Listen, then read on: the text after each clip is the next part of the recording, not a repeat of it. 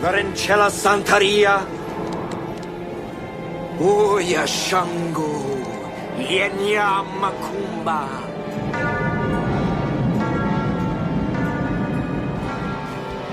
Give me the power, I beg.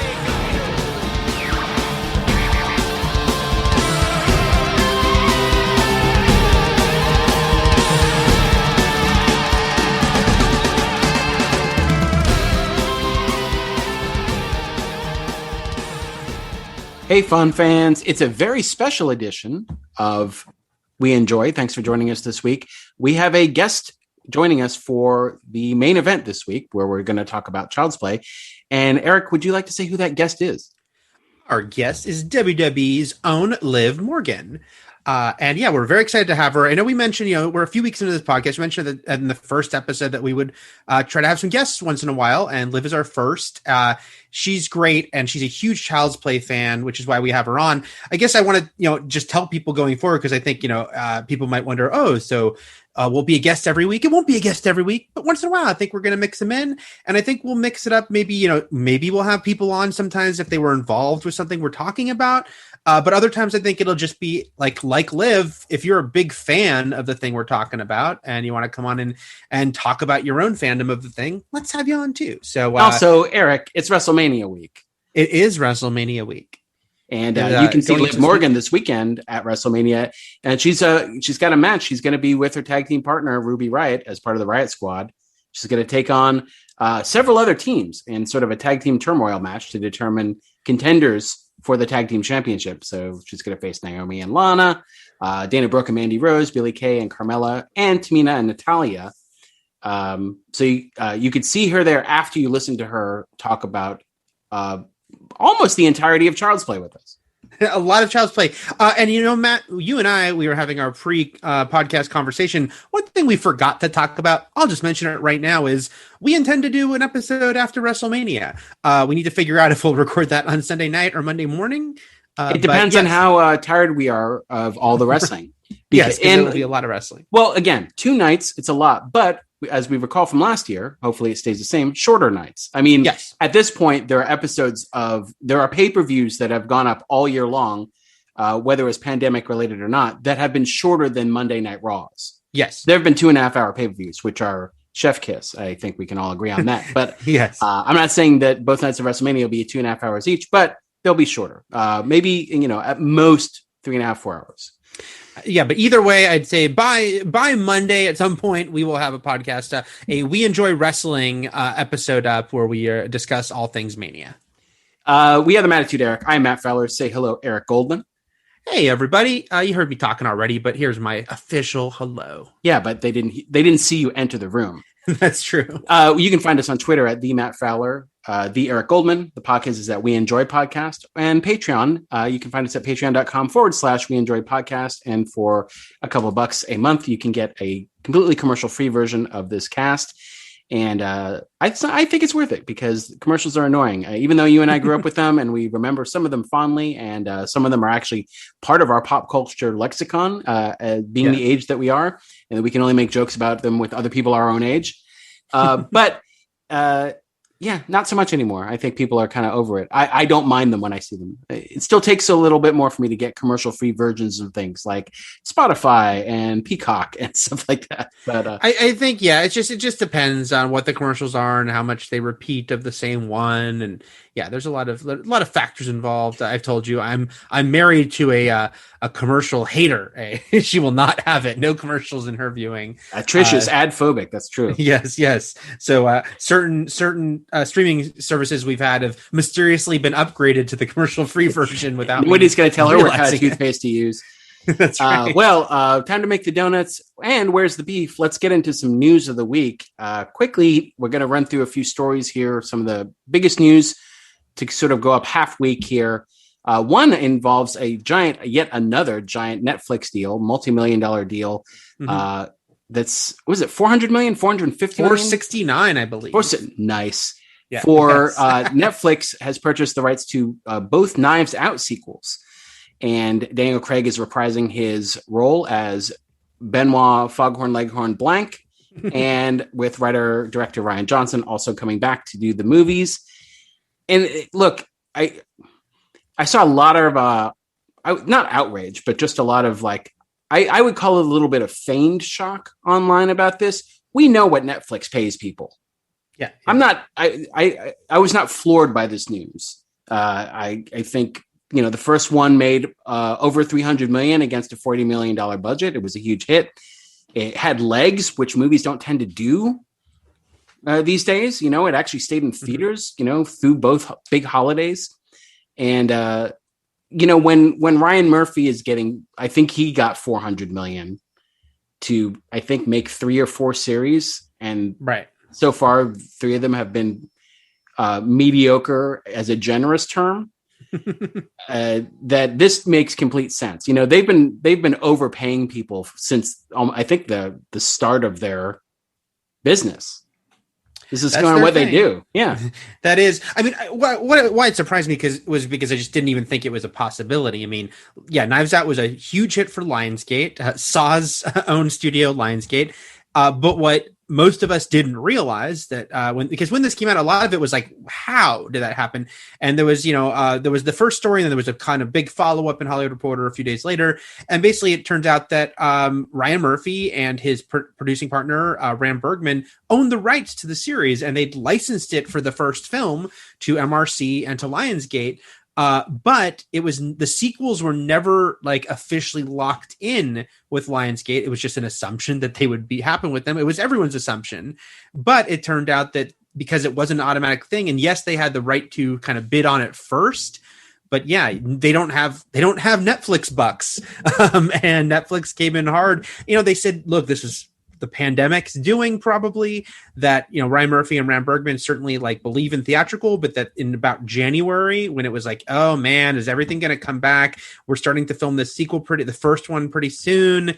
I don't know about what's happening with theatrical, and Netflix saw an opportunity and came in with an amount of money, $469 million, that Lionsgate and MRC could not match. Was not reasonable for them to try to match, but Netflix could. And yeah, so it was surprising to me on that level. They said Rian Johnson, Ram Bergman, and Daniel Craig will probably each make about $100 million from this. So good for them. They're going to do okay. There's the part of me that's like, oh, it is weird because Knives Out was kind of an outlier in movies these days because it was a mid-budget movie at all that got a big theatrical basically release. The type of thing you would expect to arrive on Netflix in the first. Right? Yes, exactly. Yes. All the mid-level dramas and or mysteries and or just anything that costs over 20 million but under 100 million, all those movies have gone online or went to TV. Right. And just became TV shows. So yeah, that's where, it was this big, I don't think anyone expected it not to do well, but I don't think anyone thought it would do as well as it did and to last as long in theaters as it did. And I was actually, there's a part of me that was curious about like what a sequel would do in the theaters if we're talking about box office earnings, like how it would match up. Now we don't have to care about that at all or worry about any of the destitute stars of that film or creators of that film. We don't have to worry if Daniel Craig could bounce back from being done with Bond. From being poverty stricken after being after a successful serialized James Bond run of movies. Yes. Benoit Blanc, I think, is the only sort of nucleus going forward here. Like he's the detective draw, and then everyone else will circle around him. Will there be sweaters? Did Zack Snyder kill the sweater industry for us by going so hard in the paint with the sniffing of Arthur Curry? Yeah, he made it hot again. He's bringing sweaters back. You said draw, and I was like, the draw with the drawl, Matt. That's the draw with the drawl. Yeah, that's Blank. Yeah. Murder, She Wrote with Foghorn. The only thing I'll say before we move on for this is that it is strange that currently Knives Out is on Amazon Prime, not Netflix. I would imagine Netflix is hoping to change that by the time that they get the 2 sequels that they paid a fortune for. What if each of them has one of the Chris's in a sweater? Like that's another sort of running thing. So Hemsworth's in the next one, right? And and they're different types of sweaters, Sure. Like whatever will be the new cool look for that holiday season. Yeah, I'm excited. You get a Pratt or a Pine, both. Pratt or a Pine. Chris. 4 Chris's. There's the 4 Chris's. Jericho. Yes. Okay. Then we've got I had a trailer debut for Loki, which I still expect there to be a second trailer coming. This was a teaser as far as in the new landscape of what teasers are, which are now things that can actually go up to like 2 minutes long. It didn't give away any real plot elements, which made it more of a teaser than a trailer. But I really like the look of it. The fact that it kind of reminded me of Brazil a little bit, with the surreal bureaucracy and the kooky music going on. And yeah, I'm excited. And will there be a Kang? Will there be a female Loki? Back in November of 2019, people were already saying that Sophia DiMartino was female Loki. And now people possibly spotting her as female Loki in this teaser. It seems to concern. I think Deadline said they had a source close to production that said she was.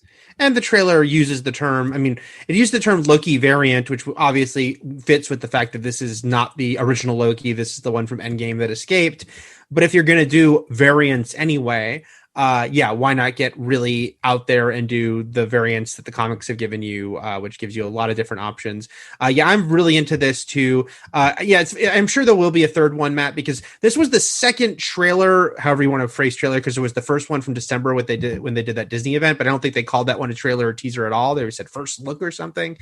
But it gave you a little more idea of the story. Owen Wilson's really fun to have in it, being Owen Wilson up against Tom Hiddleston as Loki.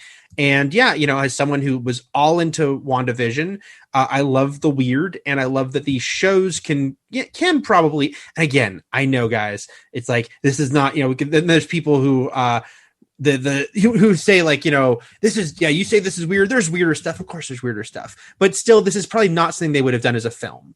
I think they do feel a little more freedom with these shows to expand and get a little stranger and goofier. And this looks like a really fun way to use this character.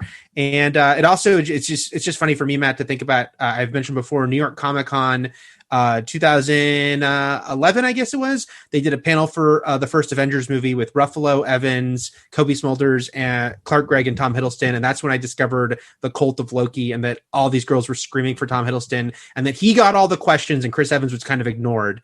And so I was like, it is a little crazy to me that we right now have TV shows in that feature Bucky Barnes and one coming up featuring Loki. Yeah. And that Tumblr is in such a shambles right now, and they haven't really recovered since they removed porn from it. Because they were sort of the unofficial prom kings of Tumblr forever. The sort of the I can fix him broken sad trash boys of the MCU. Right. And Kylo Ren, but he's Disney property, but not part of the MCU. There's a little part of me that sort of pines for the fan accounts that were there for. They probably still exist. I just think they're inactive, probably. They're out there, and look, on Twitter, look, they all find themselves. the fandoms find themselves. We know that. All right. I would just say with a lot of these series, we may have talked about this back when I can't remember. You and I talk about things on different podcasts or just off air anyway. But, these MCU shows, not only are they expanding characters that didn't get a lot of time in the large ensemble of the movies, they're passing the torch vehicle too. And so, if you're thinking about like Kate Bishop taking the mantle from Hawkeye, or She-Hulk getting past the torch from Hulk, and so even Falcon and Winter Soldier, like they're just the unofficial passing of the torch from Captain America.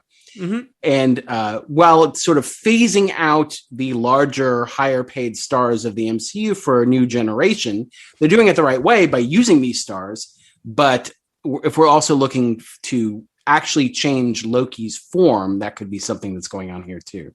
Oh yeah, there's a lot of options, and they do have to think ahead. I mean, that's it, the interconnected universe is so fun and so great, but you also have to deal with the fact that comic books don't have to deal with the fact that actors will both age out and price themselves out and just decide, hey, I'm done, I've done enough. And the movies have to deal with that, and that luckily that it's such a deep universe with decades and decades to call upon that there's a lot they can do still to pivot into the next several phases. All right, let's get into just a few things people wrote us this week online. Be it Patreon or Twitter, or I think that's it. No emails this week. Oh no, we did get an email from Mike. Actually wrote in asking us what we thought of the WrestleMania card. Mike, we already brought up the fact we're going to do a WrestleMania recap under the We Enjoy Wrestling banner. So we'll talk about our overall take on the card there too. At this point, I think the only thing that immediately leaps out to me is that Bayley doesn't have a match, which is very, very odd. That's not to say that she won't be a part of the show, right? But she's not in a booked match ahead of time, and seems like a shame for the gal who was listed as PWI's #1 female wrestler of the year last year, and had a very fun interview with Stone Cold where she was wearing a TNC surf shirt that really brought me back to my own youth, because those were very big. I don't know about your crew, Matt, in New York, but here in the Valley in LA, no, we didn't surf. We mugged people. That was it. Remember when you moved to New York and everyone just mugged you? Oh yeah, sure. But those TNC Surf Designs shirts, I didn't surf, but yeah, I still wore those shirts, man. My favorite thing was when your friend Brandon, Steve, Steven, yeah. Steven and Scott were the two people who visited when I was there. Steven visited though, and he was very much what someone growing up in New York would think a kid from LA looked like. Yes. And so this was during a time, by the way, when you had a friend visit you from out of town, they could just go to school with you. Right. I don't know. Can that not happen anymore? I don't think so. I don't think you could have a non-student go into a school anymore and just hang around all day. I think that's pretty much frowned upon. But yeah, you just, it's just an extra, hey, pull up an extra chair for this class. It's just my friend Steve. Sure. He's going to be here today. But I remember all the young ladies were like, do you surf? Do you do this? And he was like, yeah, dude. Like, so. Well, oh my God. It's like Steven's right now here with me. Well, if Steve's visiting from out of town, he can also just be on the podcast. Sure. Definitely. This is like school.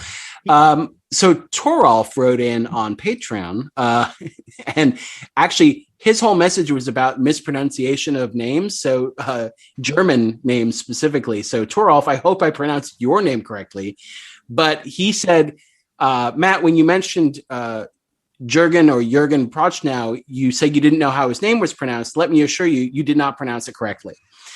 I could have also assured him he didn't, and then I wouldn't have. So Eric, tell me how you pronounce the name. I said I wouldn't either. Oh, okay. I thought you were. I said I knew you didn't, but I also knew I wouldn't even try. I would let you be the one to mispronounce. I thought you were trying to school me on all things. Jürgen Prochnow? It's actually Jürgen Prochnow. I don't think I was that far off, Ralph. So go to hell. No. I also like the way you and Eric mispronounce every single week Das Boot. Eric, how else do you pronounce Das Boot? Also, how many times do we talk about Das Boot? I do feel like we've talked about Das Boot way more than anyone assumed we ever would on this podcast.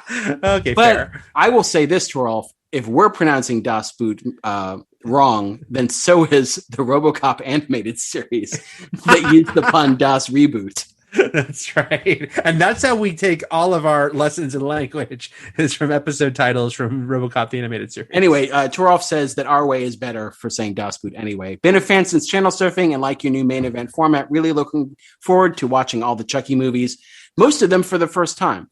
I will also dive into your good things to enjoy soon. The list on Letterboxd really helps keep track. Yeah, there is a list on Letterboxd. I'll put it up on Twitter again because I tweeted out a long time ago where I'm adding most everything. The only time I can't add anything is if there's an actual ongoing TV series like Central Park or what was the last one you did? Earth to Ned. Yeah. But other times there was like Devs is there because it was a limited series. Mm-hmm. Kim on Patreon wrote, glad to be listening again after the old channel surfing days. Had a quick question about a topic you guys used to talk about. From channel surfing, you used to talk about peak TV and how the market was flooded before streaming was around. What do you make of the industry these days? Not a day goes by when I hear about some amazing show that I will end up thinking to myself, well, there's another show I'd love to watch, but I never will. And Shakma. Tim, I'm going to table this for another time. This is a huge conversation. It's a big conversation. We've got our guests to get to, but also we do sort of talk about this in piecemeal every week. Right now, our battle is between weekly release model and binge format. That's sort of where we've landed because of Disney Plus and the Star Wars and Marvel shows it's releasing. That's kind of been our topic of the past few months. But there's still too goddamn much stuff. So, that's the too long didn't read version of it. I was laughing, Matt, because you said we have a guest to get to. And I'm going to take you behind the scenes here, folks, and say we've already pre-recorded with Liv the portion we talked about. No, I was going to do a doorbell sound effect. And it was going to be like she stopped by. See, I was going to do the opposite and say, what if she's been sitting here the entire time and we're just not introing her? Oh, like your friend Steve? Yes, like my friend Steven visiting in junior high. All right. And then before we get into Child's Play, Graham writes in on Twitter, who just watched Child's Play, I believe for the first time. I had no idea the killer in Child's Play was the doctor on Deadwood. Yes, Brad Dourif is on many things, Deadwood being one of them. But before that, he was in a lot of 80s things, including Dune, along with Jürgen Prochnow. Brad Dourif's great, but he also was one of those people who really walks between two worlds. In that, he got his big breakout in One Flew Over the Cuckoo's Nest. I think he got an Oscar nomination for that. But he also does what people might call schlock, and which I call greatness. He does a lot of low budget horror, and being Chucky has kind of made it that he does even more horror. And now it's like, oh, let's put him in urban legend, let's put all these things, because now he's like an icon of horror. But then he also does Deadwood. He also does the Lord of the Rings movies. He's great, and because he just can kind of pop back and forth into all those worlds. I also just want to give a shout out because we didn't do this when we talked to Liv Morgan, who has yet to arrive, and I haven't done the doorbell sound effect. But that speaking of horror and just a ferocious Brad Dourif performance, Exorcist 3 has him playing an incarcerated serial killer called the Gemini Killer, and he is just totally scary and just frothing at the mouth evil in that movie. Maybe we should do the Exorcist series at some point. Maybe. Oh, maybe. And does that include the weird sequels by Rennie Harlan and the two versions of the fourth one? I think it would. Yeah. And then I don't think it would include this, but I've been wanting to rewatch the Exorcist movies because I want to watch the TV show that people say is actually pretty good that lasted 2 seasons a couple years ago. Yeah, I watched the first 2 episodes of that, and it must have gotten better by the third. So, also Graham writes in. Also, why did the Strangler need a gun and a partner? Graham, we may have touched on that a little bit with WWE Superstar Liv Morgan. We might. Not everything. I mean, we'll talk. I think we'll dissect more of Chucky as we go on, obviously, through these films, though. Okay, and let's do our good things to enjoy and then dive right into Child's Play. Mm-hmm. Eric, what is your good thing to enjoy this week? This week I was inspired by an anniversary. The fact that people were mentioning a very, very good movie that was celebrating its 20th anniversary this week. And that is Josie and the Pussycats, which has certainly become a cult film. It was a bomb when it opened. But even when it opened, some people were like, hey, this is actually really good. It quickly became a big cult movie. I went to a big sort of reunion screening and concert a couple years ago for it and cast chat. So there's a big following for it, but I still feel like, hey, it's a cult movie is a cult movie for a reason. So everyone hasn't seen it. And it is an easy movie to dismiss. And when it opened, I think people were like, oh, this is going to be so stupid, a Josie and the Pussycats movie. But it is a very funny, clever movie. I think it kind of says it all that the writers and directors of the film also wrote Very Birdie sequel. So you kind of already had people coming in who had that kind of savvy, meta, let's be self-deprecating about this thing, but do it with love of, approach to an old project that they're doing a reboot of. It takes a look at consumerism. I'm saying all these things like heady, but it does it in a funny way. It looks at consumerism. It looks at trying to sell people stuff. It has fun with product placement. It has fun with just the idea of trying to sell kids on the new hot thing in a way, just like the Josie and the Pussycats movie was attempting. Are you saying this is Wayne's World? There's some Wayne's World elements to it, but it's actually, I think the movie overall, it's funny that's kind of one scene in Wayne's World. This is kind of the entire movie. Well, I think a lot of Wayne's World is not just the product. You're right. It is, but it is about sellout. Yeah. Yeah. There's that sellout idea. But I think this has its own vibe, a very different sort of style than Wayne's World. It's also funny to me, thinking about the fact that, just incidentally, the Josie and the Pussycats was the second major an adaptation of Archie comics after Sabrina the Teenage Witch, the sitcom. It's just funny that it took so long to actually have Archie. I know there was the pilot, and I know there's Return to Riverdale. It's just strange that the core characters were the last thing to have like a big successful adaptation. But Josie and the Pussycats, really fun. The cast is really good. It's like, it's Rachel Lee Cook, Tara Reid, and Rosario Dawson. And Tara Reid gives like this sort of transcendent performance in this movie.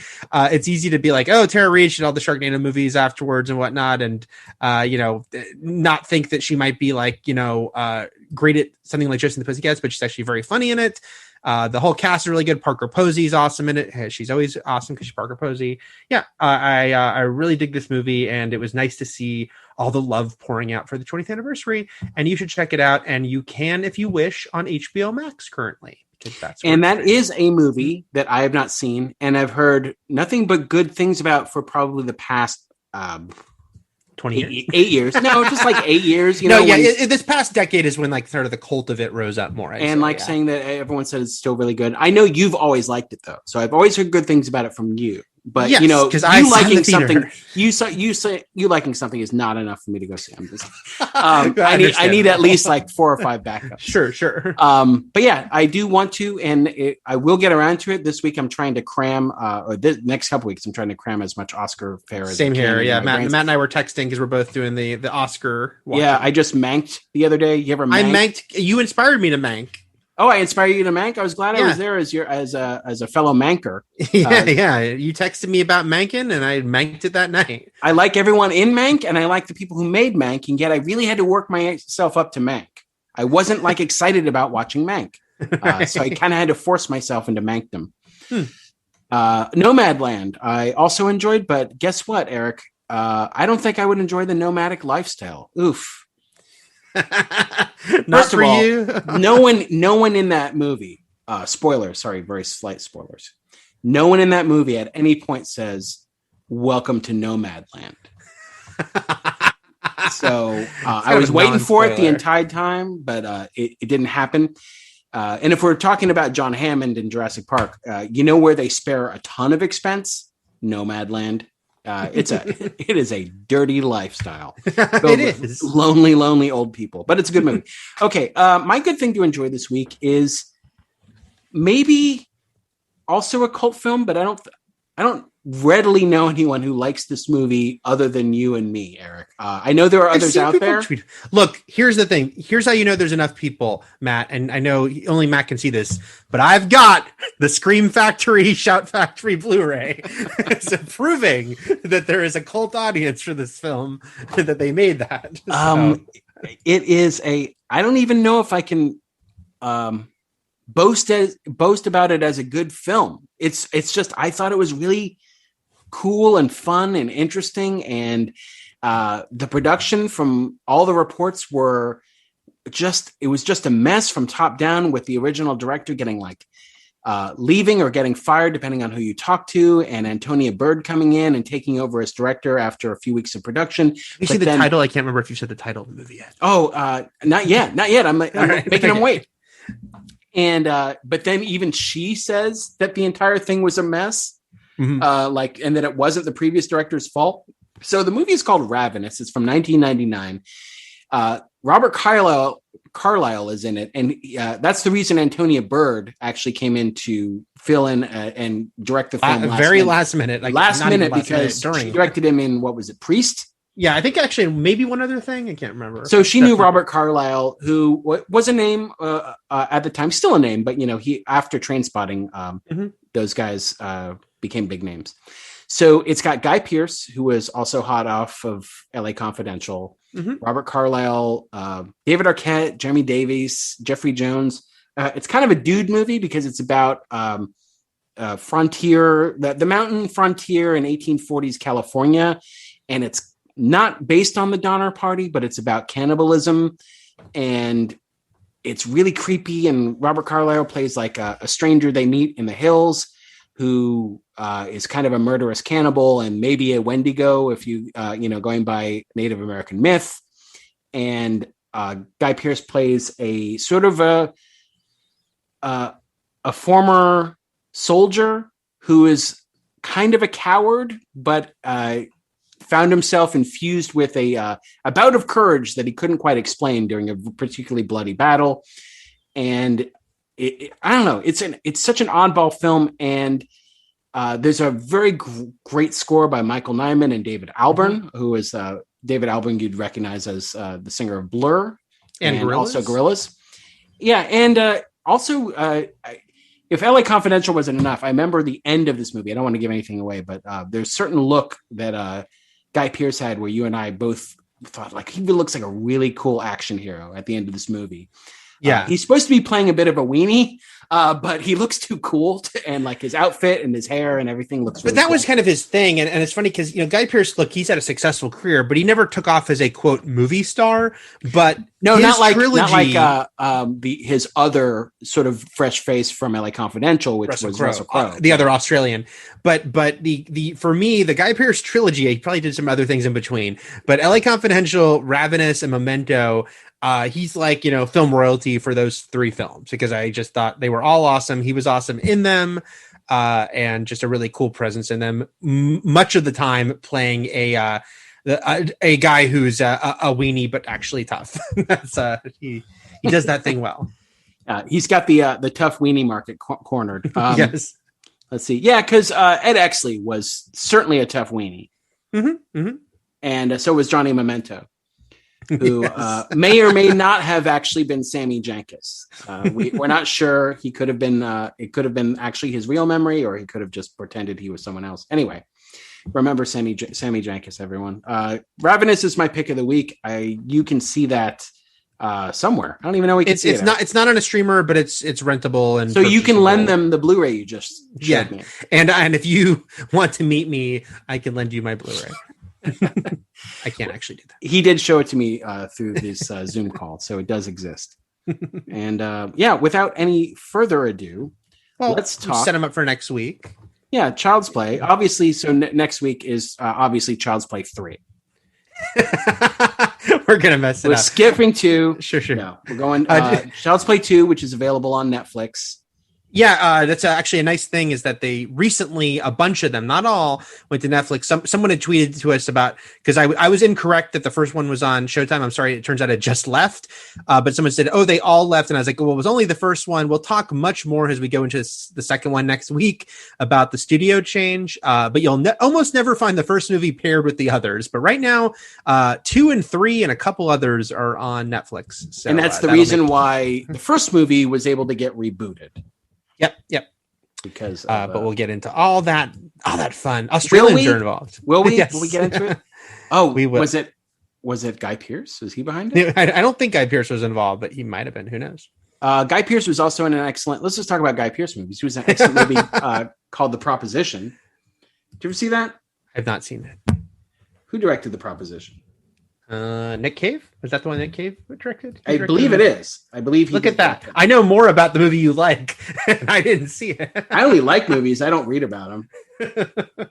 No. Nick Cave wrote it, Eric. So who's the boner here? I guess I don't know anything about nothing. Nick Cave wrote it. John Hillcoat, who directed The Road, directed. Man, you know my favorite road movie is? The Road. The Road. Holiday Road. Rank your favorite movies about a room. The Room, and Panic Room. Yeah. Panic Room. That's right. All right. So let's get to WWE Superstar Liv Morgan and our discussion about 1988's Child's Play.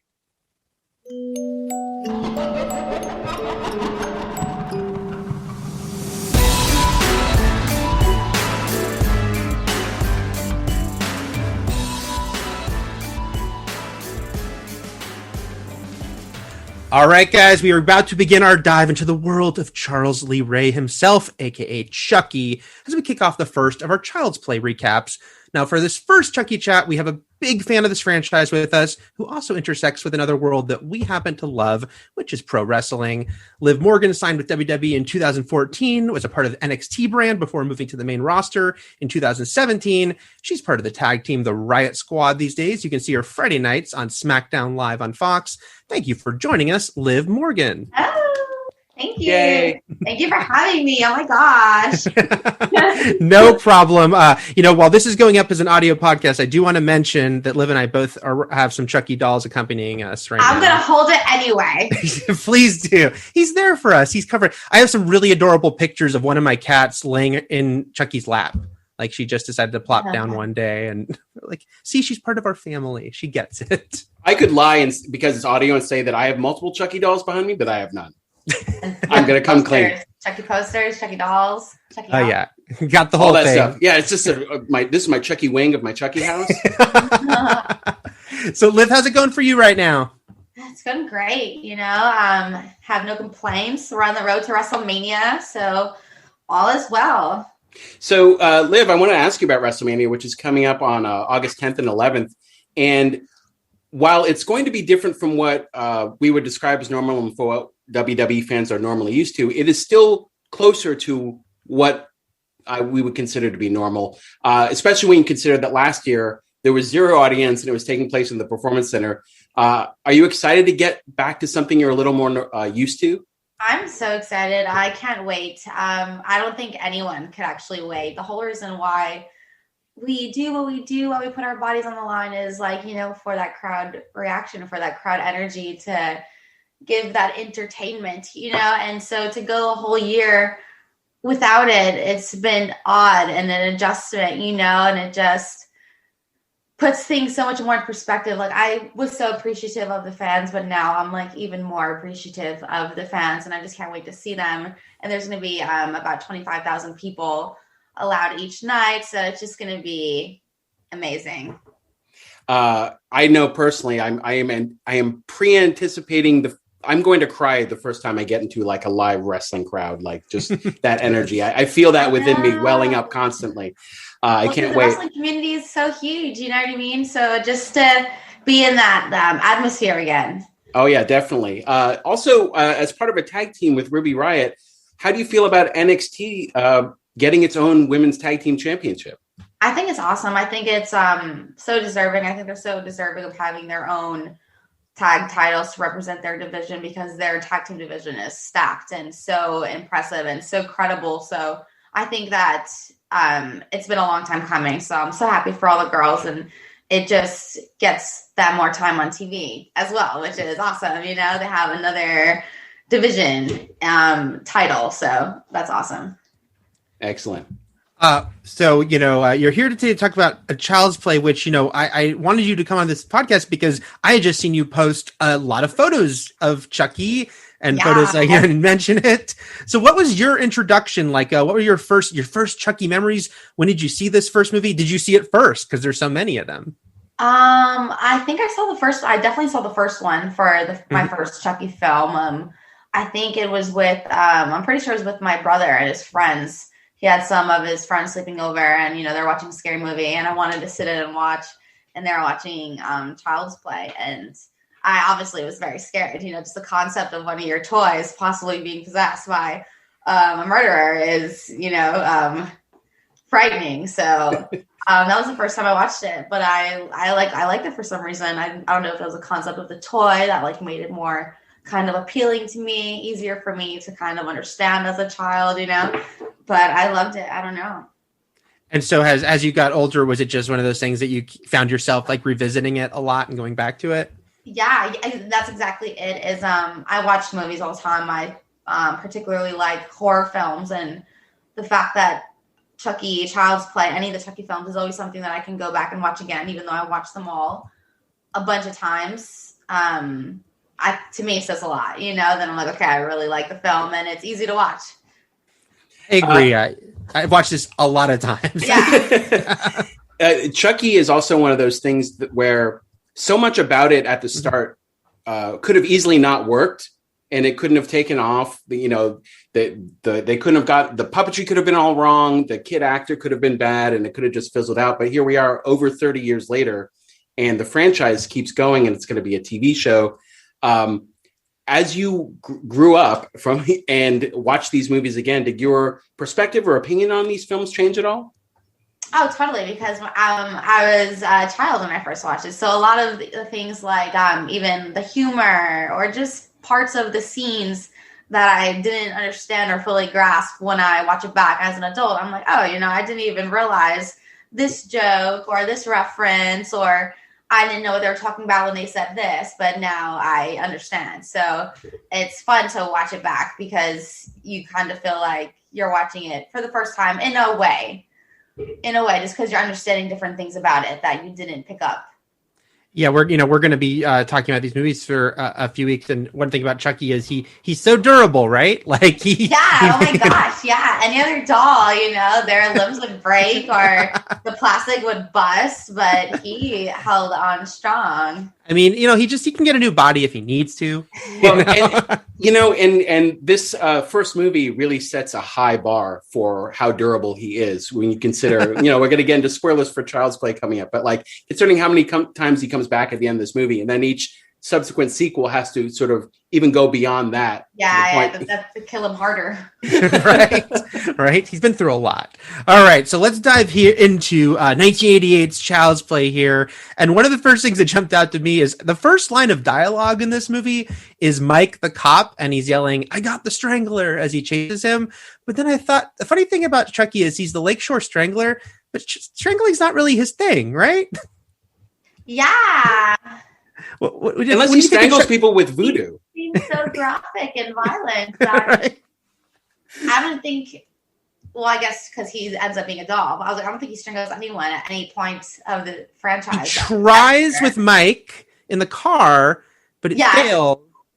And that's my excuse. So do you think yes, they followed up. Yeah, they do follow it up that one time, but otherwise he's blown up people. He's hammer. To me, I'm guessing he's now a doll. He's got to adapt, right? He's got to, deal with, he can't get up to people's necks very easily. When you see those little hands he has, trying to wrap those around someone's. He grips anything. Well, even, you read about how they were doing the puppet and how the doll itself couldn't grip anything with the hands. They had to sort of glue the knife on when they were walking around with it. So that makes sense. Maybe the Strangler was an ironic name because he killed everyone in various ways except strangling. So that's just what they went with. The movie was shot in Chicago, on location for most of it. And it opens big with this big chase and seeing Brad Dourif as Charles Lee Ray. And then we won't get to see him as human form for a long time, and decades later, even when he starts doing flashback scenes for other Chucky movies. But it's interesting to see him in this role and then also be so effective as the voice of Chucky. Like, he is one of the reasons why this character is iconic and has stood the test of time. Yeah, it's very distinct. Oh yeah, his voice, his one-liners, his laugh, and everything. And the first thing we see is Charles Lee Ray. We don't know much about him, but we get right out of the gate, we get a huge magical moment. Yes. Where he's in this toy store and he's been fatally wounded, and he summons a lightning storm and puts his soul inside of a tiny doll. Now, we don't really get that. We get the lightning and the explosion, but there's still a little left up to us. Like, obviously we know what the movie is going into it and what the premise is, but they saved the reveal of the killer doll for a while. Yeah, actually. And my first thought, like, even just talking about that scene, is I remember when I was a kid thinking, like, damn, the Toy Story is huge. They're doing, like, this crazy chasing. It seems like they're, in the most grand toy store of them all because it's huge. Oh yeah, he's like he's ducking and he's hiding with the gun. Yeah, there's full on battle mode in this Toy Story. I wish I was in a toy store that big. I miss giant toy stores, and as a kid, I always dreamed of. They had those shopping sprees you could go on, and like Toys R Us or a lot of other things. And I think you got like 2 minutes. You can go around and pick out any toy you want. Run through with a cart and fill it. That is just like anxiety right in. You give me 2 minutes to pick out any toy I want, I'm going to be stuck in my tracks. Like, I don't even know where to go. I once was visiting DC Comics for a thing for work, and they said I could raid their toy room, but they had a meeting to get to. And so I felt like I was on a show like that, because they're like, you can grab anything you want, but we have to get to this meeting in 2 minutes. And I was just like, grabbing Batmobile. Like, what's in front of me? What can I grab? I remember reading also that in that first movie, It's such a big toy store. And also, if you look at the Chucky dolls, this is the only movie where they've put a doll in every box instead of a picture, because they're like, man, that was a lot of money. Like, we had to put like a half doll in every single one of those boxes in that store. Yeah, like it's the only one where there's props versus like the Toy Factory or other times in the sequels where they're just like, just put a picture. Yeah. I wonder why they couldn't just use the props they already had. Well, I think because when they just leveled up so much, right? Like they like you said, it's a huge store, so they did a lot. But once they're like, okay, now we need like a few hundred of these things. Yeah. Then they were like, okay, we have to do something else. This is also, man, one thing I forgot in this movie is like when he does, the voodoo incantation, it like blows up the store. Like that is some powerful voodoo. I know. And also just when I like being a kid, you don't even really know, like you kind of know it's voodoo, right? You're like, okay. But now being an adult, it's like, even that is so much more interesting to me. I'm like, wow, it's just one of the parts of the movie, the whole voodoo, black magic, ritualistic stuff. I appreciate so much more, now. Yeah, it's funny too, because behind the scenes, this movie was originally written by a guy named Don Mancini, who would go on to work on the entire series. But the director, Tom Holland, not Spider-Man, a different Tom Holland, he like changed a lot of the original script, including adding the voodoo, which I know Don Mancini said on one hand was like really frustrating. Like it was something he had to figure out how to work with, but I think they had so much fun with it in the sequels. Yeah. You can't imagine without it. A lot of possibilities too for what they were able to do, like the voodoo doll scene, which it also kind of explains away like why there's a disconnect between like Charles Lee Ray's love of voodoo and killing people in different ways and the Lakeshore Strangler, which maybe have left over from the original script, and then they just didn't change the name of the killer and they call him the voodoo killer or anything like that. It all works out. And then, we meet our family here with little Andy and his mom, Karen. And I have to say, Alex Vincent, what a good kid actor, right? Just what a good kid in general, just making his mom that doo-doo burnt toast and that cereal. It was just so nice of him. And I remember, I feel like I have so many I remembers, but I saw that scene and I was like, I'm going to do that for my mom. I'm gonna bring her some breakfast in bed. You watch that and it's super sweet and it's also very funny because it all looks terrible. It's just. But I feel like as I've watched this movie over and over, and I look at his breakfast, I feel like now I could imagine that being served at some brunch place, like open face cereal, with like some sort of hipster gastropub food. That's something that he's deconstructed. Deconstructed buttered toast. You know what I was so bummed at myself about, which is a couple years ago, I don't know if you saw this, Liv, that they made the cereal for real. They made the Good Guys cereal. And it was actually the same place. It was FYE where you could buy Booty-O's was also selling Good Guys cereal, and I didn't buy it in time because it was. Oh my goodness! What is it? Is it just like some kind of corn puff? Or I think it's probably just super sugary, corn pop thing. Yeah. I got the Freddy and Jason cereals that Funko made. Yeah, they made Freddy and Jason cereals.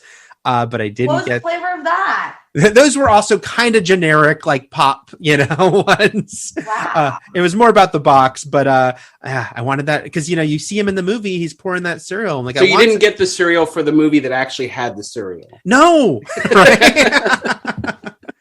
I'm a failure as a fan. The other thing I want them to release one day, though, is the full version of the animated series theme song you hear, because he's watching like the Good Guys cartoon. Yeah, the cartoon. Yeah, and you hear that little bit of the theme. It's like Hidey-ho, friendship. One thing that stands out to me about that cartoon is that it's literally targeting lonely kids with a sad doll. Like that's the whole, like that's him. Like, do you have no friends? Do you need this doll? This is for you. And then there's another doll in there named Oscar, and now that we're like, it's a franchise that pays so close attention to itself and remembers everything. I want Oscar to come back and somehow battle Chucky. I related to this movie in a strange way because I feel so bad for Andy. I was raised with no siblings, with a single mom in a city who was doing her best. And so the larger themes of this movie for me have always been like weird forces are tearing apart mother and son, and people are taking him away from her, and she's trying to prove that he's not crazy. And she makes a lot of mistakes, like buying a doll from a hobo in a back alley, and and so I always really, I guess, identified with Andy a lot, and I'm sure helped that he was a great actor in this too. But like later on when he's crying and everything, it just works so well. Yeah, wow. I never thought of it like that. But I can't tell, like, that concept of what you said, like, they target kids that are lonely. I can't tell if I, like, hate that or love that. That they think that they have a friend, if they don't feel like they have any. Yeah, and it was based on toys of the era. So specifically the My Buddy dolls, who I think were designed like that. The My Buddy and Kid Sister dolls, I think, are the biggest influence. But obviously back then there was also Cabbage Patch Kids, Teddy Ruxpins, and other like surrogate friends that kids had. Right. I also love how Andy's mom, like, she has to bargain for this doll behind an alley with a hobo, but she looks like she lives in like a $1 million penthouse. That apartment's insane, right? Like, what? The space, the view, like, just even the interior, it was big and it was nice. It's like, wow, like, are you struggling? Like, I'm so glad you mentioned that. Did you need to go to the hobo? Were you just trying to save a penny? That's a good point. Yeah, I was thinking that watching it last night. I'm like, damn, that is a giant apartment in Chicago that I think would be very coveted. By the way, that elevator is awesome in the building. Amazing. I grew up, and Eric knows this, I grew up in a building that had actual elevator men who actually, because the building was so old, they had to pull the gate closed and manually operate it like it was. Machinery. And they'd have to like literally stop it on the floor, just eyeballing it. There was no, and so sometimes they wouldn't make it, and you'd have to step up or down or something like that. Oh my gosh. That maybe it was a Friends situation where, what was it on Friends with Monica's apartment? Was it her aunt's? Oh, like they eventually they explained how they could afford such an apartment and it wasn't hers. For some reason, I just can never get into Friends. Don't worry, they don't need. They've got so. I know. They have diehard fans and enough people, to where they'll just stay on Netflix forever. But, well, you have your friend to the end. You don't need other friends, right? Exactly. He's a better friend. And then we get our first kill here with Aunt Maggie, and it is funny rewatching it and being like, it's not like secret that the doll is alive. I guess that's a big difference in the original Mancini script. It was playing much more because there was no intro with the killer, so it was much more like, is this kid crazy and is he killing people for a lot longer? We kind of know it's Chucky from the beginning, but we don't know he's going to talk like Brad Dourif. We just and correct me if I'm wrong. The flower scene where they notice, these shoe tracks in the kitchen floor, and they look at Andy's shoe and it's like the same print, but does Andy even have flour on his little slipper? No. Later when he's going to bed after all the police have cleared out, he looks over and Chucky's sitting in a chair in his bedroom, and that's when we first see the flour on Chucky's shoes. Yeah, but when like they when they check him, is checking Andy. No. Mike is a little overly suspicious, right? Totally. You noticed that the shoe, but did you notice that there's no flour on it? Oh yeah, but another sad thing about Andy, is traumatizing him. He dresses like a good guy doll. Yes. Like, that's so sad for Andy. Like, he dresses like a good guy doll. I don't know, Liv. I would love those PJs right now. I don't know about you, but I'm gonna try to buy them as soon as I finish this. Right, and I want the slippers too. The whole getup, it looks great. I was very jealous of Andy with his PJs, his amazing apartment building, and his privileged, right. He didn't know his mom was struggling because it didn't seem like she was. I mean, that was kind of a cruel trick, though, putting his clothes in the exact shape of a good guy box. For his birthday. She could have wrapped his clothing gift anyway, but he thought. And when do you ever receive clothes in that big of a box? It's always like the thin boxes that look like, they could fit a CD-ROM. Like, That was a little cruel there on her part. So yeah, we get Aunt Maggie, which is, you know, the first big death. Now here's the thing, Liv, Matt and I, as very old people, saw this movie in the theater as kids. And I distinctly remember a lot of crowd reaction moments. And I remember, myself included, screaming my head off at that hammer flying into Aunt Maggie. I would love to watch that movie in the movie theaters. Oh my goodness. It was shocked. It was definitely shocking. You didn't see be the first one, or, you know, maybe you did, but it was just really violent and out of nowhere. And she just fell like 20 stories from this very, very, very tall building and just landed on the concrete. It was graphic, and you just felt bad for them. And now the window's open and all that bruise is coming in, and he just is like sitting there like, what the heck? And it was just a terrible scenario. It also, like you said, that big fall, it's like, and even the fact they were filming in Chicago on location, it's like, there was like money put in this movie. Like we think of slasher movies as like, oh, these low budget little things, but they clearly were like, went pretty big on what they were doing. Look, we said the commercial in the beginning. Yep. That Andy was watching. That is like a detail that it just adds so much. Yeah, totally. And that's another element that where this movie could have just gone off the rails and not been a success with, you know, the amount that they put into making Chucky feel dangerous and real. Like, first of all, his overall look, we were talking about just how striking he is with his overalls and, you know, his red hair. He just has an iconic look where anyone could sort of, you know, you could dress up like Chucky doing cosplay or Comic-Con or just for fun, and everyone knows who it is. Like, that is Chucky. It's a very distinct look, totally. But then what they had to do with using little people and, you know, animatronics and puppeteering to make Chucky come alive. But even what they did in this scene, which was like, you just hear the patter of feet and it was a Chucky point of view. Mm-hmm. And even that is scary. You know, it's not quite, you know, holding back like Jaws did for that long, but the fact that they don't give you like killer Chucky right out of the gate, and wait for it. They make you wait until one of the best scenes in the movie, which is like when he goes full psycho on the mom when she discovers the no batteries thing. Battery. Right. Before we get to the no batteries, I did want to mention also, though, I really like Andy's just like blasé attitude sometimes, like because, you know, he keeps saying it's Chucky, and of course they don't believe him. But when he's like, I was talking to Chucky, and his mom's like, Chucky? And he's like, yeah, sure, Chucky. He's sitting right over there. He's like, come on, Mom. Like, are you an idiot? Yeah, you know? You just want, like, you know, you just want the parents to believe the kid, you know, like, for once. Yeah, you know, just save us a lot of grief if you just listen to me now. Right.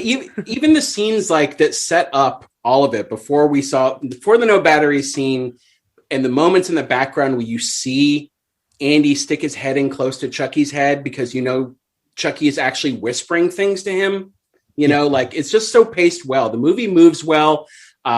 It's just a really lean, mean movie that works. Yeah.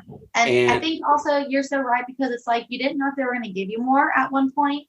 Like, you know, like, are we ever going to see like Chucky in action? Like, you know, are we ever going to visually watch him do something? And so you kind of question that for a little part of the film, because they didn't give it to you, like you said. They kind of made you wait for it, and then when you finally got it, it was like, whoa. Yeah, totally. Like, is this whole movie going to be point of view? Right. Well, exactly. Well, it's like I don't know, Liv, have you seen the Annabelle movies? But it's like the Annabelle movies, which are fun, but they do the thing of like, you never see her walk and do stuff. Like we kind of know she is, but it's like, that's not something she might turn her, like she might kind of fall in a way where she's like looking at you, but that's the most they give you. And there's a version of Child's Play where, the entire movie, they could have stuck to that, but instead you get that amazing. It's like almost literally the halfway point when the batteries fall out. And that face he made, that guttural scream, and that just, he was so mad. His face, so distraught. It was just like, whoa. It's really cool animatronics. We should mention Kevin Yeager. I don't know if I'm saying his last name right. He's the special effects guy who did Design Chucky, and he did Freddy's makeup, and he did the Crypt Keeper. He's an awesome like horror effects guy. And also he and Catherine Hicks, who plays Karen, fell in love on this movie, and they're still married to this day. So I kind of love that it's like he's like designing this doll to try to stalk her in this movie, and then they're looking at each other like, oh. Anyone else get frustrated when they're watching like any of the Chucky kill scenes, and you're just like wishing that the person would just like kick him, like, you know. Oh yeah. Yeah, just run and punt him. Yeah. I mean, they try to get her. I mean, they do their best, obviously, with like he like runs around. And he does a lot of, in this movie especially, he does a lot of like ankle cutting. Yeah. But just once he wants some, no. which every time makes me cringe. Yeah. But just once someone should give him just a good kick, right? Oh, I am always reminded when you say ankle cutting of the scene in House of Wax. Of House of Wax, Pet Cemetery. Yeah, it's just one of the worst things. Oh my god! Police cut scene literally is. I'll never forget it. It's in my brain, burnt, and the original Evil Dead has one too, and yeah. So the mom, with best intentions, goes to the 1980s version of eBay, which is a homeless man in a dark alley, buys this doll for her kid, doesn't know that it's possessed by a serial killer. And what I really like about from the first kill of Aunt Maggie, this has kept with the franchise for decades as well. The idea that Chucky will frame somebody for what he does. It starts with poor Andy, but it continues on in movies, you know, like nobody believes this doll is doing it, so someone else gets blamed for what he does constantly. You know, just obviously no one thinks his doll's alive, so it's so he could frame anyone he wanted. Yeah. Oh yeah. But I really like that that's endured, like that he still relies on that. You know, you talk about like what you got to do when you're that small. That, you know, that's a huge advantage for Charles. What did you think, Liv, of in this one? They do something that they didn't do again, which is that he physically, because they talk about the longer he's in the doll, the more human he gets. But they actually, in this one only, they kind of make the doll look more human as the film goes on, and his eyebrows become real, and his like hairline starts receding, and he becomes like he looks a little bit more like a person. Personally, I thought like they made the right choice in the sequels to kind of keep him looking like a doll. But what did you think about how he keeps kind of transforming?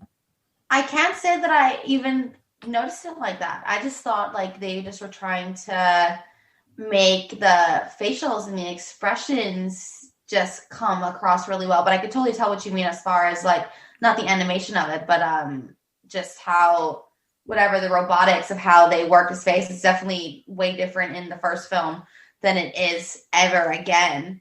But I never, I guess, noticed his hairline receding or the eyebrows having real hair. Yeah, if you watch it again, well, I know you will watch it again at some point. Take a look at the second half, especially like when he's like the part when he's sitting on the elevator and the old lady's like ugly doll, like because he doesn't look when he's like resting now. He doesn't look like the regular doll anymore.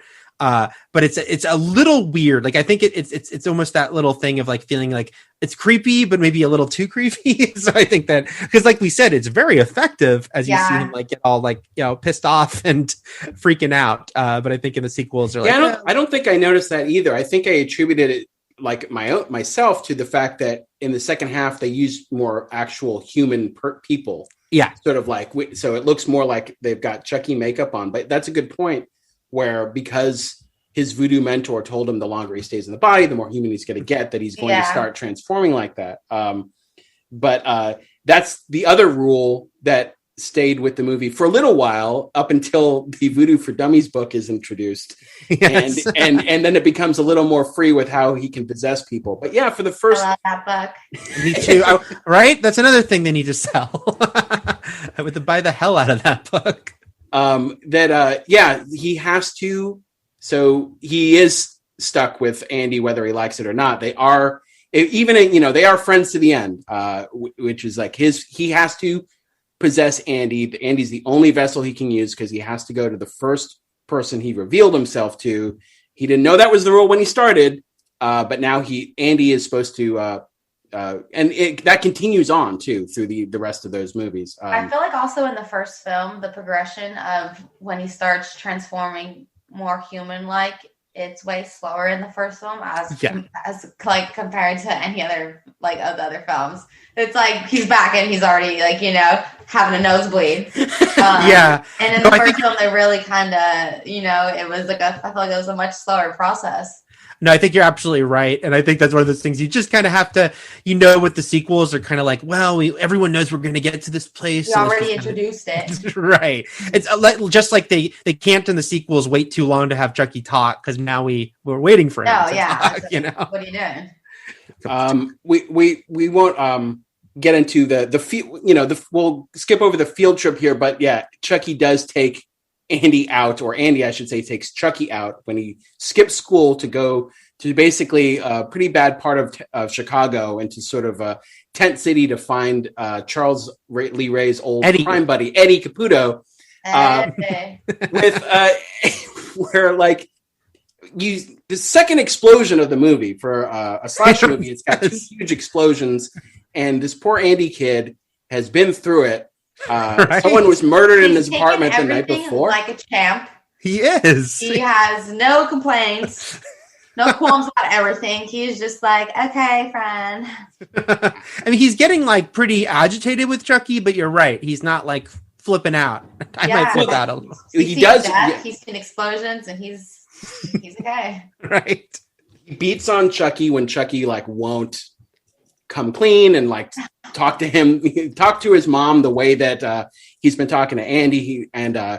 Fun turn for Alex Vincent, like just beating on this doll, like really good kid actor for that age, especially. And the second half of the movie is a little different than the first, because now we've got the mom on board, and eventually, very quickly, Mike Norris, played by Chris Sarandon, as Humperdinck from Princess Bride and also from Fright Night and other stuff. But let's talk about that battery scene. When you first saw that scene, did it just scare the hell out of you? Yeah, it scared the heck out of me. Those two giant prehistoric batteries, falling out of Chucky, and the mom's threatening to throw him in the fire if he doesn't speak, and then he just screams at her, rolls under the couch. She gets that nasty bite mark on her arm. Oof. Oh, yeah. It's like his teeth develop so quick. Oh, yeah. The audience, that was another, audience, amazing response. And then the fact that he starts, of course, cussing and screaming, which would become a staple. But, no one knew to expect that. Like he might have talked just in the Chucky voice the whole movie. Yeah. And instead that Brad Dourif voice comes out. And again, like you were saying, Matt, like it might not have worked, and yet it works so well. You didn't know you wanted it so bad until you heard him. You're like, okay, this is what we needed. I think they made the right choice to do a complete 180. They're like, we can't just, yes, there's a creepy element if he just remains an innocent looking doll. But what if he was just a screaming, swearing maniac that was a complete opposite of what we've been seeing so far? And it worked. And so the juxtaposition of like Brad Dourif's version of Charles Lee Ray in this tiny little doll body gives it the humor it needs as well. The movies, some would just become outright comedies later on, but like there is still a humorous element to this type of slasher movie, this supernatural slasher movie of this little doll that goes around. It's scary, yes, but there's also funny bits to it. Totally, and they up the humor, I feel like, every movie too. Yeah, I think which I think is smart, because the longer you see Chucky, the harder it is to keep him scary. So and I think that's why he became such like a cultural icon, Yeah. With all his little snappy jokes and references, and he's just a douche, Right? You just want to smack him. No, I totally agree with you, because like the people, like they made Freddy funnier as he went on, and sometimes people would always kind of be like, oh, they should have kept him scary. But with Chucky, I think most people agree you had to kind of make him funnier as he went on, just because he's a doll, just have fun with it. And Brad Dourif, like, he just delivers those lines so well. I think I remember reading that, like, when he, like, the "F you" to the woman in the elevator wasn't like in the original script, but maybe when they were recording with him, he threw it in, and it was gold. So Andy is eventually he's taken away. After the house explodes around him, he's finally taken away and put in sort of a mental hospital, just for that. They try to make sound nice, but when you go visit him, he's literally in a room with bars on the window by himself, this 6-year-old kid. And then he's crying because he looks out the window and the doll's climbing up the stairs to kill him. Oh God, and he's like, Chucky's gonna kill me. I just can't believe how much that doll maneuvered without any other human just being like, what the heck is that? Like, you know, like, do you see that doll climbing these stairs? Like, you know, it's just like, how are you that slick? He's gotten acclimated to that body, right? You know? Yeah, and maybe they're just like, hey, it's the Chicago way. And like they just turn the other way. Then, you know, after Andy, you know, Chucky kills Andy's doctor and very violently in front of Andy. More trauma for the poor kid.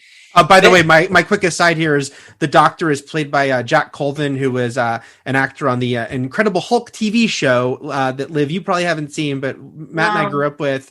And I remembered vaguely, I was watching the movie last night. I go, I think my mom knew him. And I texted her. I go, did you know Jack Colvin? And she said, I did. He was brutal in critiquing other actors, but so smart. So that's my story about the doctor who gets his brain fried. Did she see that scene and enjoy it then? Maybe. Okay. And when they can't find Andy when they get to the hospital, they say, well, Andy went home because that's where he's supposed to go when he's in danger. And part of me is like, how did Andy also, like your question, like, how did Chucky like traverse all of Chicago to get to this place? But Andy also somehow knew at 6 years old how to get from this hospital to his house. With no GPS. He didn't know how to make the toast, but he knows how to find home no matter where he is. He'll find home. But then I tell myself, like, he was really good at using the bus earlier in the movie. Yeah. So he knows how the public transportation works. Latchkey kid through and through. I relate. So I forgive it that, like, he's at home. They get there. And this is where the film, it's just such a great showdown. You know, we teased it a little bit at the beginning because Chucky we know as the audience, because we've been told, like, the dying voodoo mentor man told them that they have to get him in the heart. So every time we're watching Chucky get killed that doesn't involve the heart, we know something's going to happen because he's got to come back until that happens. Yeah. And it's just so great how thrashed he gets. Another tradition of the series, just how messed up Chucky gets during these final fights. They got me with the burn because I thought that could destroy his heart. Yeah, same here. And Andy has a great, like, 80s action hero line when he says, "This is the end, friend." He is like Schwarzenegger in that moment. Yeah, he gives no F's. Right? He's just like, let's go. Right? So I remember thinking he was dead too, simply because I'm like, well, first of all, my boy Andy, you know, he had that great line. Yeah, Andy gave the final line. Right? But then, no, it becomes like more and more like the Terminator, where it's just like, even when he's like cut up into pieces, he keeps coming at you. And now you've got me racking my brain, and I can't readily think of anything of like old action movies where there would, because that happens sometimes too. The trailer line that you would see that you thought was like the end of the villain is used prematurely. Right. That has happened before with actual like grown adult action heroes too. But now I can't think of any. I'll think of it obviously 20 minutes from now. But yeah, no, that's a good point, because that's such a great exclamation point to put on a scene. But then he comes back 2 more times. And he can individually control every single one of his body parts. Yes, he can. Exactly. Which is very handy, honestly. Bizarre. It's bizarre.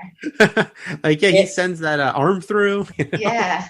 And then but also because of that, as cool as it would have been for him to die in that fire, but the visual of him stalking and chasing them around the house as that burnt, melting. Scary. Yeah. He is super freaky looking. Crispy.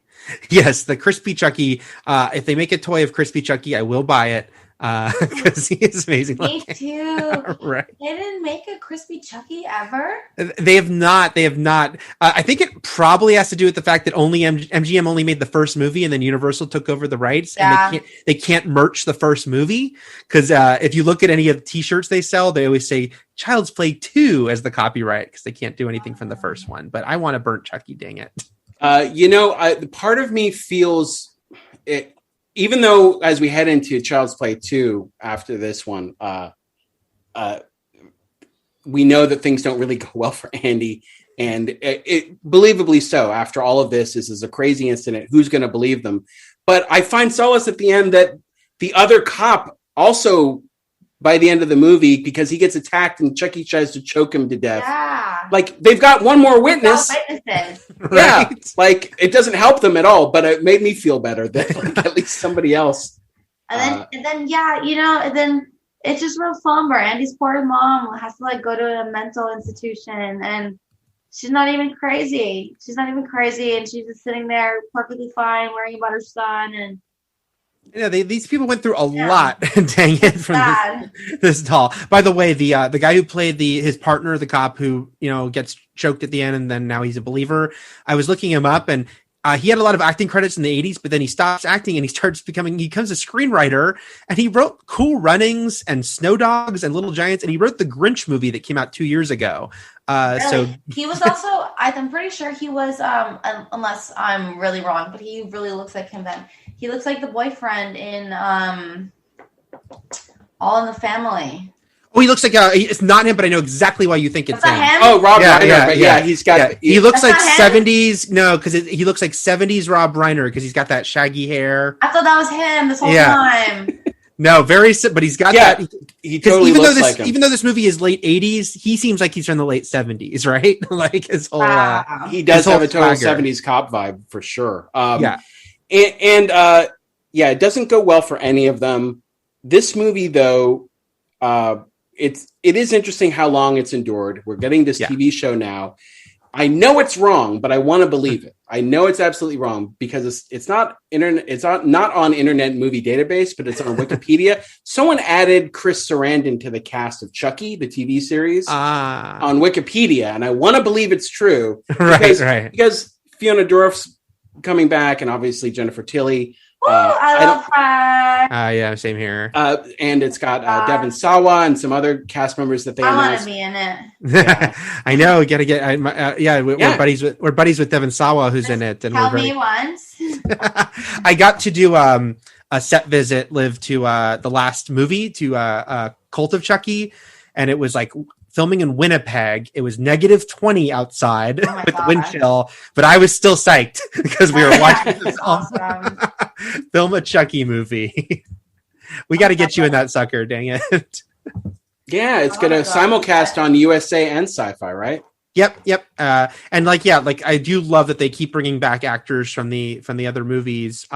So yeah, who knows? And it's like what we said the whole time is like they keep everything super relative throughout the whole entire franchise. They remind you of this and that, and they just keep everything kind of relative. So I love that they bring everyone back, which is super rare that the series would do that, especially after 30 years. Just the fact that Alex Vincent came back to play Andy, I know, absolutely insane. Like it is, it's one of those things where they can mention things like and keep showing pictures of Andy when he's a kid. Oh, this is what happened.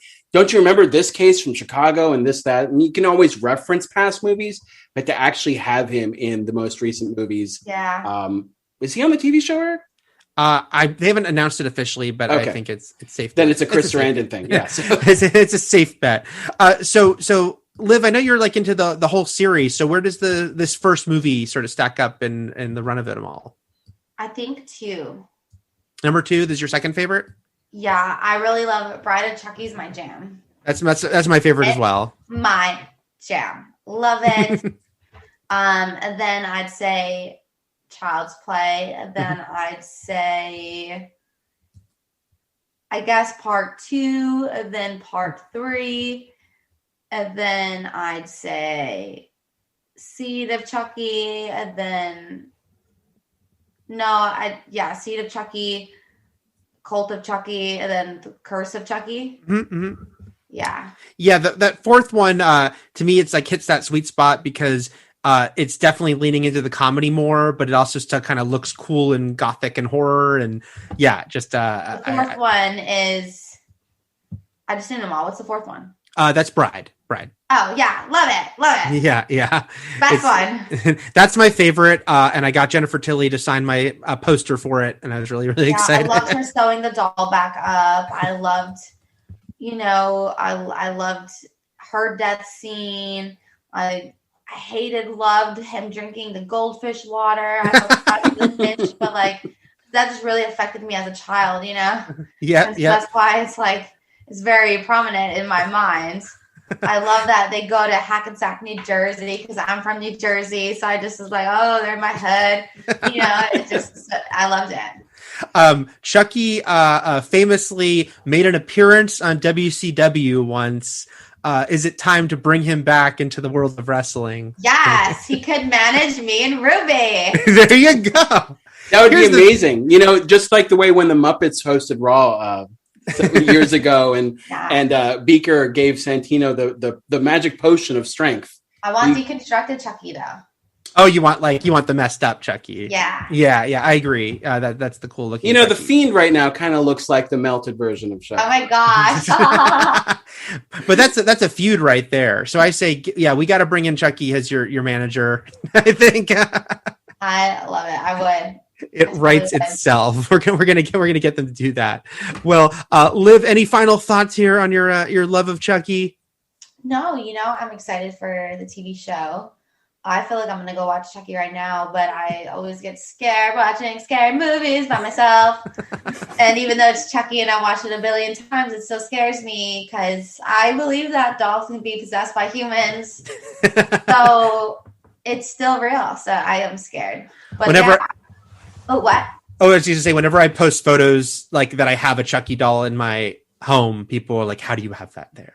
Yeah, and it doesn't scare me, but just the concept is so scary because I think that could actually happen. So you gotta just keep a lookout, you know. Right. You know, just you know, the concept of dolls being possessed or even moving behind your back or coming alive when you're not there or something, that just went into Child's Play too. Toy Story. It went into Toy Story, and that also had a kid named Andy. Right. Wow. And when I was younger, I totally, I'd have my toys in my room and then I'd leave. And I'd make like foot stomps going down the stairs, and I'd like open the door real quick and look, you know, just to see if they had moved at all. I would try to catch them. I'm telling you, single mom, another Andy, toys that come alive. The connections between Child's Play and Toy Story are very strong.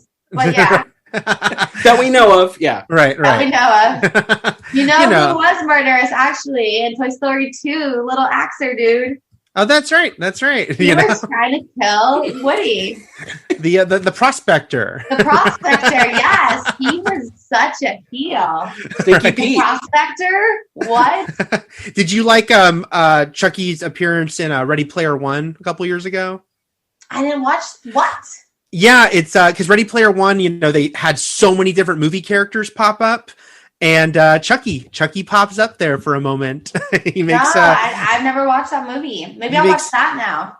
He makes. It's a very brief but very fun appearance. Okay. That is a way of watching Chucky without getting scared. So you can watch Ready Player One, and it's not like watching a horror movie. Another one of my favorite Chucky kills is when he kills off Britney Spears. Oh yes. Chucky, I was such a Britney fan, and they pulled like the greatest Britney stunt double, you know.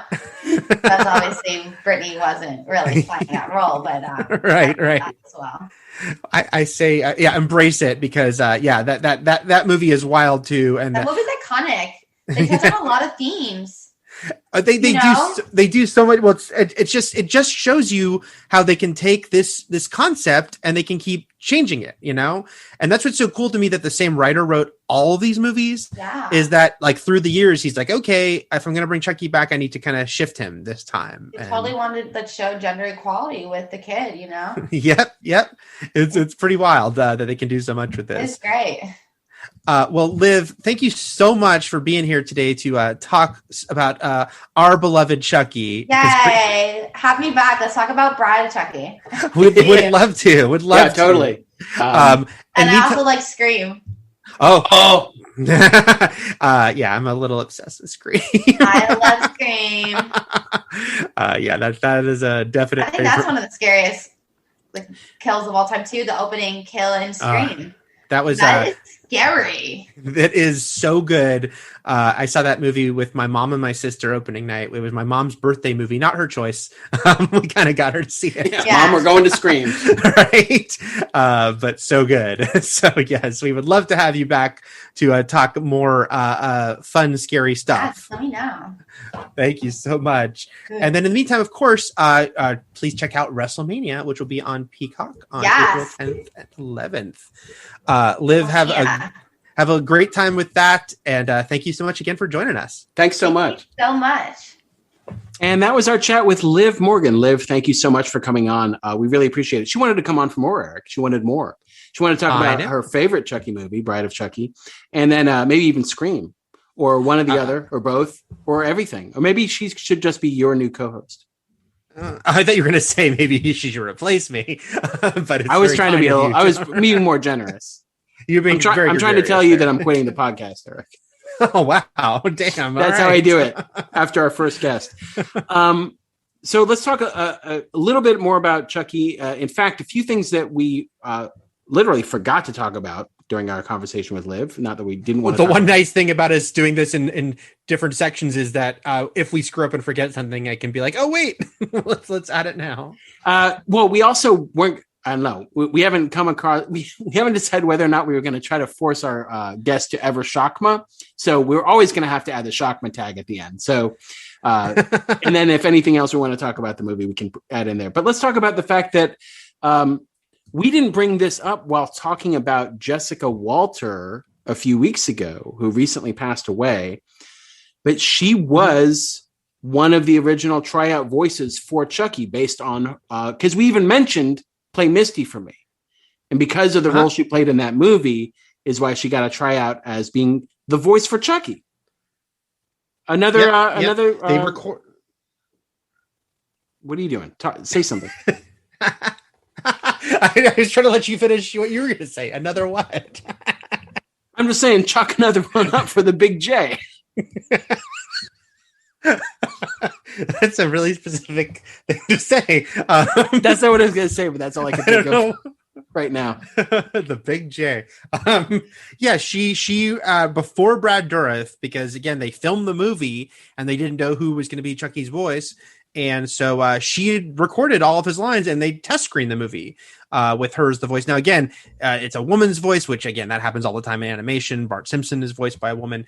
What? But they just said it didn't work. Again, everyone knows that Jessica Walter was a great actress, but her as the voice of Chucky, they just said just didn't play right, didn't work. And those screenings didn't test well with her voice, so... Right. And so Dourif got the call, and it's just interesting, again, we'll talk, I think, especially next week as we get into the sequel, because a lot sort of cemented itself and at the same time changed about the series. But it is worth noting that, Brad Dourif was hired, was not hired by Don Mancini, but would certainly stay on for everything after with Mancini.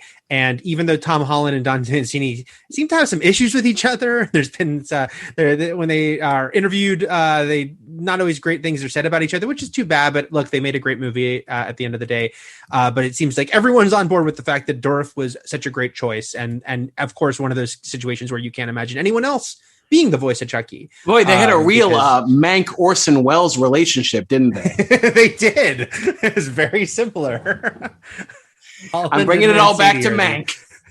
You're bringing it back to. I didn't know there'd be a Mank callback. Cold Stone Mankin. I think, and the other thing.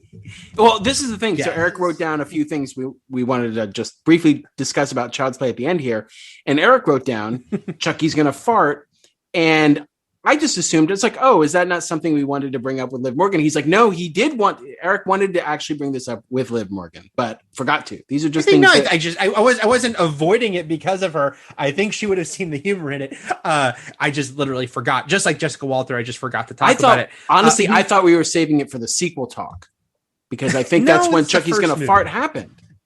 No, it was the first movie. It was the first movie because it was in New York. Yeah, it was in New York because that would be the only one. We might have seen the third one together because that was in the summer, but we definitely did not see the second one. But we saw the first one together in that same, I think, maybe that was 84th. We saw the first Eric, one. who else would I have seen Child's Play 2 with? I didn't see movies with anyone but you. And I saw that in the theater. We saw that together. I know you were there. the only way we could have seen Child's Play 2 together, it was in November, Thanksgiving. If one of us was, I don't know. It seems unlikely. It seems very likely to me, and it's my headcanon now. But I'm telling you that the first movie is, and I know we told the story at some point. We told it on We Enjoy Wrestling. We Enjoy Wrestling. But for anyone who hasn't heard it, or if anyone who just wants to hear a great story, it's not a great story. It's a 2-second thing. That we've turned into a 4-minute conversation. When Matt and I saw the original Child's Play together in New York, there was a kid sitting near us, and he, a few minutes into the movie, whispered to his friend, Chucky's gonna fart, and proceeded to, and his kid laughed uproariously, and his friend laughed uproariously. Rightfully so. It's great comedy. And then he had a bit, and he was sticking to it, because I'm telling you, for the rest of this, 90 minutes we were sitting there, he kept saying, Chucky's gonna fart, Chucky's gonna fart. And it escalated as Chucky does more in the movie, and he's walking around and he's yelling and he's talking. The Chucky's gonna farts became more frequent. I really did admire and respect his commitment to the bit. Right. Like in all caps, the bit. But I also felt bad for him because Chucky never farted and has yet to, sorry, spoilers for the entire franchise, has yet to fart in the entire 30-year franchise. And maybe it'll happen for him on the TV show, but I just imagine that this kid, now all grown up, has just been locked in this swirling chamber of madness where nothing he's ever predicted ever pays off. Well, when it comes to flatulence. The MCU series, the Chucky series will let them to explore things they couldn't in the film. So perhaps Chucky flatulence will be one. Is it also a passing the torch situation? Yeah, perhaps it is. Perhaps to a new farting doll. Yeah. Yes, there's many options. Was there a doll that farted? I probably, right. If there was dolls that pooped and peed. So yeah. I never, we talked about the fact I never really had a doll. You and I had bears. I know that you had Paddington. I had a gunned bear. I never had a doll though. I didn't have a lot of money growing up, so I didn't get Cabbage. I don't think I wanted a Cabbage Patch doll. I know a lot of kids had them. I certainly had Garbage Pail Kids though. So that was my concession. I did too. By the way, my childhood Paddington, you can see him right now, Matt. You can see his ears in a white box on the that corner I'm pointing. You see two black ears. Yeah, that is my childhood. But why is he all boxed up? Yeah, why is he on display? He's just chilling. Are you afraid he's gonna Chucky you? No, I would welcome it. I would relish it every and night. Then, yeah, I don't think that, nothing else. So we have plenty more episodes to talk Chucky here, so we can save. Again, Child's Play 2. We'll talk about the movie, but we'll also talk about a little bit the behind the scenes of it. Was sort of interesting because it was such a huge studio shift and the whys and whats and the ramifications of that. Child's Play 2, good sequel. Good sequel. Enjoyed it heartily, and you'll hear me enjoy it more next week. Everything is possible, but nothing is real. And Shakma. That was a very quiet Shakma. Some of them were quiet.